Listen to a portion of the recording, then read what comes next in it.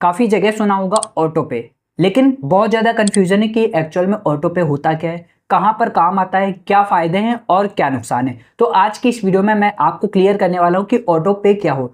फ़ायदे के साथ साथ में नुकसान जानना बहुत ही ज़्यादा ज़रूरी है, क्योंकि इसके नुकसान काफ़ी ज़्यादा है। देखिए, ऑटो पे का मतलब होता है ऑटोमेटिक पेमेंट। ऑटोमेटिक पे का मतलब पेमेंट, ऑटोमेटिक पेमेंट। ये कहाँ पर होता है? जैसे कि बहुत से जब ईएमआई, आप कोई भी ऐसा सामान मंगवाते हो जो ईएमआई पर होता है, जहां पर आपको किस्तों में रुपए देने होते हो और सामान आपके घर आ जाता है, वहां पर आप ऑटो पे का यूज करते हो। या फिर कोई बिल पेमेंट करना होता है, वहां पर ऑटो पे का यूज करते हो। या फिर आपने कहीं पर लोन लिया हुआ, वहां पर ऑटो पे करते हो। कोई सब्सक्रिप्शन लिया हुआ है, वहां पर करते हो। कोई आप प्रीमियम फीचर ले रहे हो, वहां पर करते हो। अब कैसे करते हो ये समझ लो। जैसे कि मान लीजिए आपने कोई ईएमआई पर कोई भी सामान मंगवा लिया है, अब आपने पेमेंट कटवाया, स्टार्टिंग में जो पेमेंट कटवाया, इसके बाद वहां पर ऑप्शन होता है ऑटो पे का। अगर आप उस ऑटो पे पर क्लिक कर दोगे तो जो आपका मंथली जा रहा था ईएमआई का, वो हर मंथ अपने आप कटता रहेगा। उसके लिए पेमेंट आपको खुद से करने की जरूरत नहीं। जैसे कि फर्स्ट टाइम पर आपने किया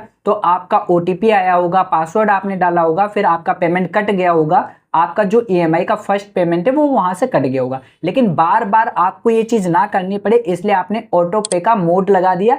अब हर मंथ आपकी जो ईएमआई का चार्ज कटना है वो कटता रहेगा आपके बैंक अकाउंट से, और आपके बैंक से बैलेंस कटता रहेगा। आपको कोई भी काम नहीं करना पड़ेगा। अब इसके नुकसान जानना बहुत ही ज्यादा जरूरी है। जैसे कि बहुत से लोग एक मंथ का ही कोई भी सब्सक्रिप्शन प्लान लेना चाहते हैं, जैसे कि कोई जियो फीचर का हो गया, जियो ऐप का हो गया, या फिर कोई गाना म्यूजिक वगैरह का हो गया, किसी ऐप का सब्सक्रिप्शन प्लान हो गया, तो वो उस मंथ का ही करना चाह रहे थे। लेकिन उन्होंने पेमेंट करते हुए गलती से जो ऑटोमेटिक पे पर टिक रहता है वो हटाना भूल गए, और हटाना भूल गए, इसके बाद वो भूल गए उस चीज को, और पेमेंट उनका कट गया। एक मंथ तक उन्होंने सर्विस का यूज कर लिया, फिर दूसरे मंथ उनको करना ही नहीं था, लेकिन ऑटोमेटिक पेमेंट की वजह से फिर से उनके अकाउंट में बैलेंस कट जाता है।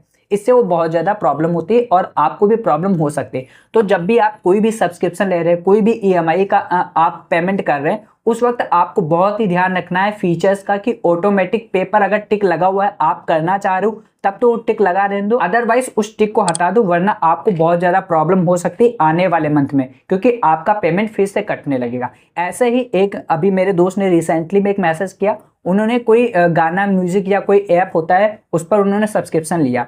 स्टार्टिंग में 7 डेज या फिर 1 मंथ का लिया, उन्होंने मैसेज किया, और ऑटोमेटिक पे का उनके ऊपर ऑप्शन ऑन ही रह गया था, और उन्होंने पेमेंट कर दिया। अब नेक्स्ट मंथ भी उनका बहुत ज़्यादा 500 से ऊपर कुछ चार्ज कर गया। उन्होंने मैसेज में बताया, मैं आपको स्क्रीनशॉट में प्रूफ दिखा सकता हूँ, काफ़ी ज़्यादा परेशान है। तो मैंने इसका एक सोल्यूशन दिया। देखो, इसका और कोई तो सोल्यूशन नहीं हो सकता, क्योंकि आपने अपनी मैच्योरिटी पे वो ऑन कर रखा था और आपके अकाउंट से वो बैलेंस कट गया। तो ना ही बैंक की जिम्मेदारी, ना ही सब्सक्रिप्शन ऐप की जिम्मेदारी, वो आप ही की गलती। बट लास्ट में ऑप्शन एक बचता है कि आप उनकी जो भी सपोर्ट टीम होती है उस पर आप मेल कर सकते हो, उनसे बातचीत कर सकते हो कि मैंने ये गलती से कर दिया है, मैं सब्सक्रिप्शन नहीं लेना चाहता था। आपको उनको रीजन बताना होगा। फिर वो अगर अपने एंड से उस चीज को एंड करना चाहेंगे तब तो हो सकता है, अदरवाइज वो सब्सक्रिप्शन मोड आपको चलाना ही पड़ेगा।